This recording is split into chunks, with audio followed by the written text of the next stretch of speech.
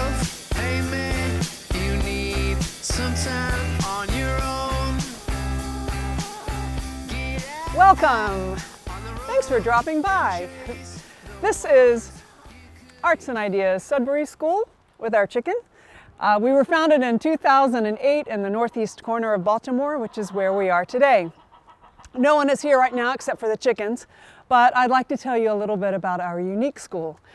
My name is Caroline Chavasse, and I'm a staff member here along with Phil Glazer, Josh Keogh, Ashley Jackson, and James Taylor. No, not that James Taylor. There you go. If you'd like to learn more about Arts and Ideas and the Sudbury model after this video, the next step in our admissions process would be to set up an interview. Interviews are a chance for you to ask us questions after you've done a bit of research for yourself to see if the school would be a good fit for your family. And I say family because even though democratic schools have been around for over 100 years and the Sudbury model has been around for over 50 years, it does represent a real paradigm shift from conventional schooling. Kids really thrive when their parents commit to supporting them in their education here. So come on, and I'll show you inside and tell you a little bit more about our program. This way.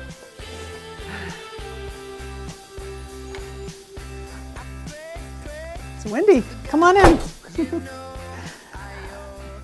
Welcome. So, when we say we're a Sudbury school, what we mean is that we're modeling ourselves on the Sudbury Valley School, which was founded in 1968 in Massachusetts, and which is still going strong after 50 years. Another way of describing our school would be to say that we are a self-directed democratic model. There are 30 or so Sudbury schools in the United States and many more around the world. The founders of the Sudbury Valley School were inspired in part by other thinkers of education, especially A.S. Neal, who founded the Summerhill School in the UK in 1921, also still in operation. Neal thought that schools should be made to fit the child rather than the other way around. And likewise, the founders of the Sudbury Valley School simply felt that children are human people and should be afforded the rights and respect that all humans deserve. I think what really defines our school is that we trust children. We trust how children are biologically driven to learn. They are the most motivated, curious, creative people around, hardwired to learn about their world. Our first task is to preserve that and protect it, and to do no harm. We see school as a place for kids to practice life, as our friends up at the Circle School in Harrisburg, Pennsylvania like to say, before the high-stakes consequences that come when you are an adult, such as paying rent or mortgage, or managing your time in college, or handling job loss, etc. Children are given real independence in our safe and reliable school environment so that they learn to be responsible. During the school day, they have agency over their lives and control over their time. But that doesn't mean that we would ask you to have a Sudbury home, or that children outside of school should just be able to do whatever they want. To the contrary, we appreciate the values and the different backgrounds and experiences that kids bring to school. But school is school, and home is home. There's lots more to tell you. Follow me upstairs, and I'll show you how it all works. Wow, you're fast. So, all of the schools that model themselves after the Sudbury Valley School, we all have our unique characteristics and personalities, but we all share three foundational principles, and we have them in common. The first foundational principle is that we're a working democracy.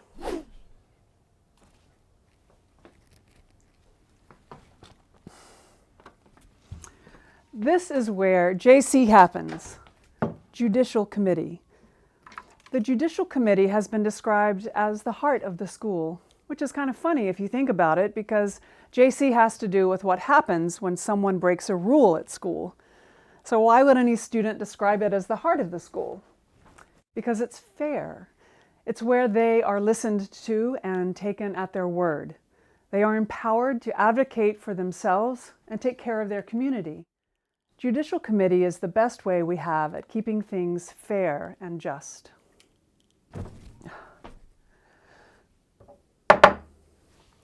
I'm sitting in the Judicial Committee clerk seat. It's an elected position and is usually held by a student. The student might be 9 or 17, and they are charged with running the meeting smoothly and fairly. We use Robert's Rules of Order in all of our meetings. The clerk might explain things to a new or younger student to help them through the process, and also keep things from getting personal or preachy, like, "Why did you do that? Don't you know that's a dumb thing to do?" Or, "You should say you're sorry." We focus on the actions in JC. Did you leave an unwashed paintbrush in the sink? Did you take an iPad outside? Did you forget to put your lunch away? The whys and the feelings are important, but by focusing on the action, the pressure to deliver what might be intimate or personal emotions a child may be struggling with is lifted. JC says, we accept you and your feelings. It's your actions that are bumping up against the boundaries of the school community. The Judicial Committee sits around the clerk and questions both the reporter, who has witnessed someone breaking a rule and written them up, and the subject, who may have broken a rule. And you know what? Staff can be subjects too. In other words, students can write up staff when staff break rules. And of course we do. Making mistakes is human. One of our roles as staff is to model taking responsibility. When I forget to tell my chore checker that I'm going to be late to chore time, or I don't put the camera back in its proper location, or I go off campus without signing out, I can be written up by a student or staff, and I'm glad for that. Students and staff recognize that the message of JC isn't that you are a bad person or a troublemaker. The message is we've all agreed on the rules of the community that we're all responsible for, and if we break a rule, then we have an opportunity to make amends. Do something restorative for the school. Honestly, it feels good. One of the most rewarding experiences is seeing a child, especially one who has come from another school where they have been labeled as a troublemaker or one who is scared to get in trouble and has learned to evade and lie, realize that having the means to own up to your actions and to hold others accountable for theirs is a powerful thing. They love their school and want to contribute to it being a safe and orderly place. Both parties tell their side of the story. The committee questions them to find out what happened. They deliberate if a rule was broken, and if so, which one.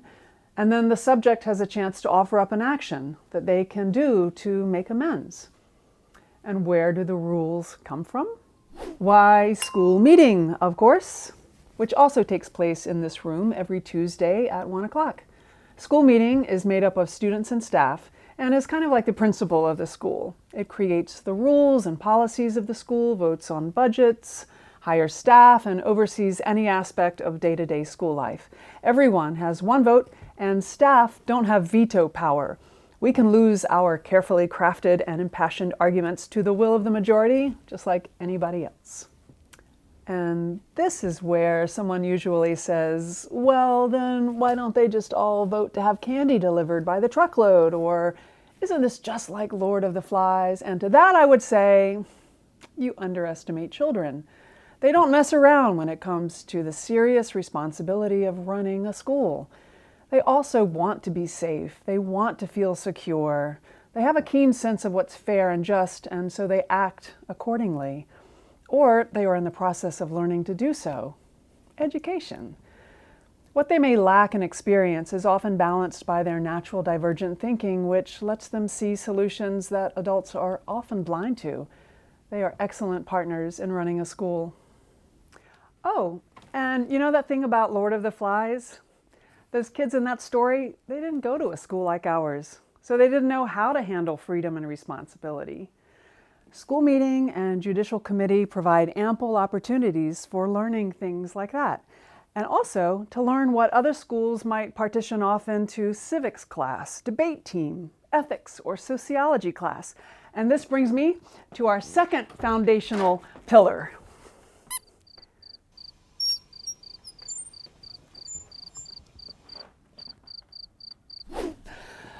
Life as curriculum. This is a hard one. Based on how conventional schooling works, we might think that the way children learn things is that we sit them down in a seat and they follow the directions from the teacher and then they learn everything. Then again, we all agree that learning things in a school is mostly for the test, and then we forget it soon after we take the test. We think that there's a better way. We think that learning is much too important to be equated with drudgery or coercion. And I ask you to remember here, before I dive a bit into the philosophy, that we do it this way because the outcomes are good. For decades, Sudbury kids have been getting into college, gaining credentials, passing the tests they need to pass, knowing the things they need to know. We send our kids here because we want them to have all of the options. Sudbury schools don't believe that there is a predetermined body of knowledge that children should acquire when they are a certain age.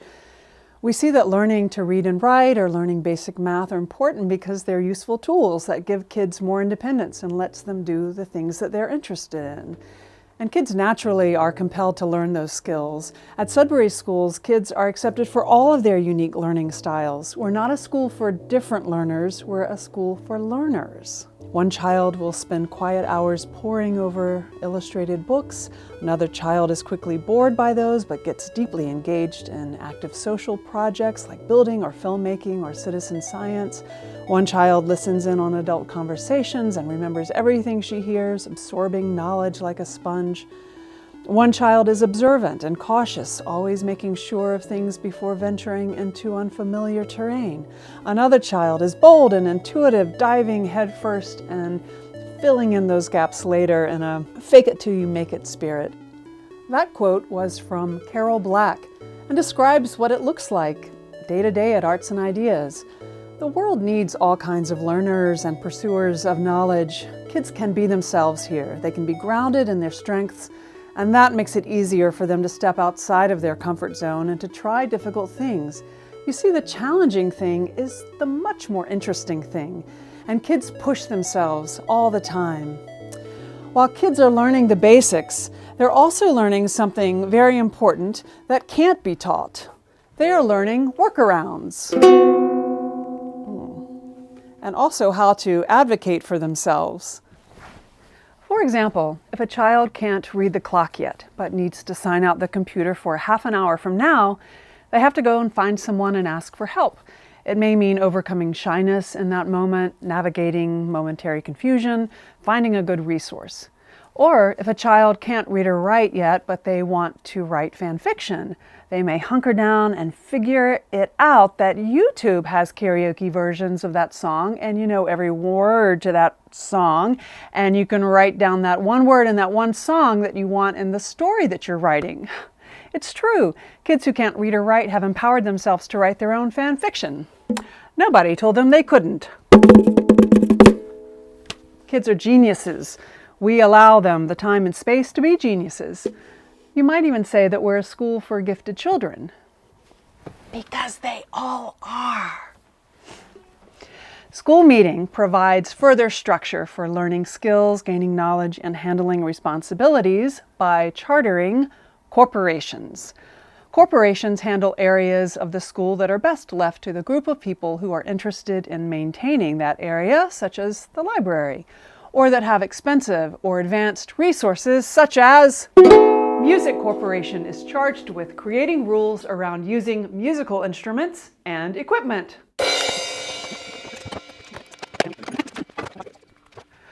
Workshop Corporation is charged with making rules to keep things safe when using cool equipment like this. Animal Corporation makes sure that the chickens are well cared for and fed.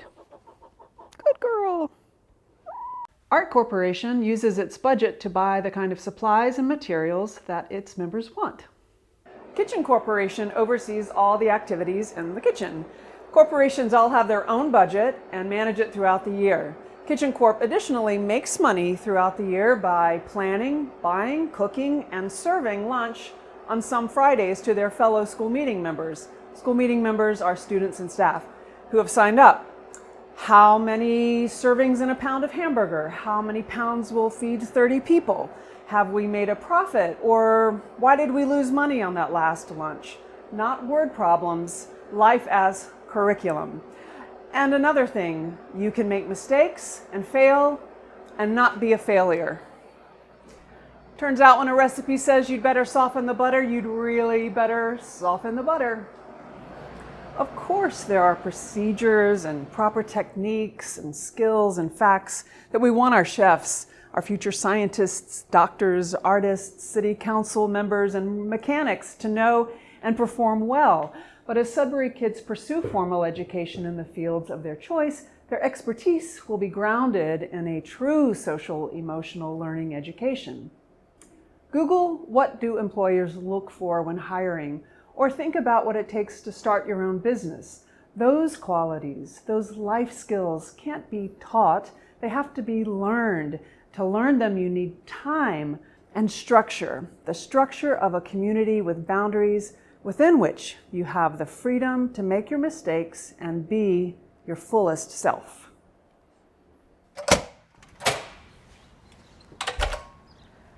So, what we hear a lot is, my child needs structure, so they wouldn't be a good fit for A&I. We have structure in spades. What we don't have is a schedule that covers every minute of the day. There's a belief that children can't handle freedom and that they need to be directed to stay busy. But we find the opposite to be true. Kids, especially younger ones, are busy from the moment they get here till the moment that they begrudgingly leave. And if they happen to be in a dry spell, then they're grappling with boredom, setting priorities, and getting through it. Either way, they're practicing skills that will see them through their entire life. So, if we don't offer schedules, how do kids orient themselves? Our structure is primarily evident in our rule book with over 300 rules and policies, and in the demands of actually running the school. But these exist not as directives on individuals and how they should spend their time, but as promises that we have made to ourselves as a community. What they establish is a set of boundaries inside which you can create your own structure to include schedules or not. This is what we mean when we say freedom. And you know what? Kids create their own structure. Watch out! Watch out! There's lava! You have to step on the magic boulders to survive! Watch out! Okay, we're all trying to stay away from you because you turn people into zombie bananas. Run! I want to be the bad guy. You've been the bad guy for like 14 hours. It's not fair. Okay, you can play, but you have to guard the flag from the robots until we come and rescue you, okay? Okay.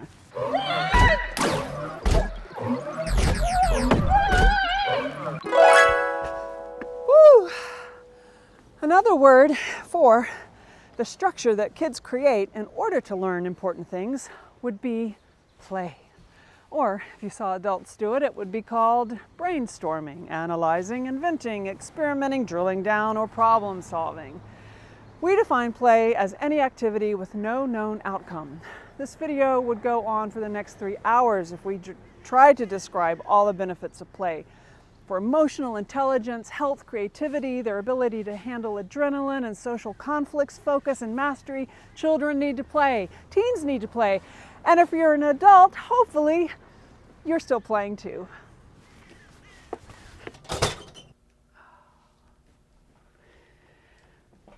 I often see a group of friends outside playing and then taking the same creative and social skills inside to build and play using computers.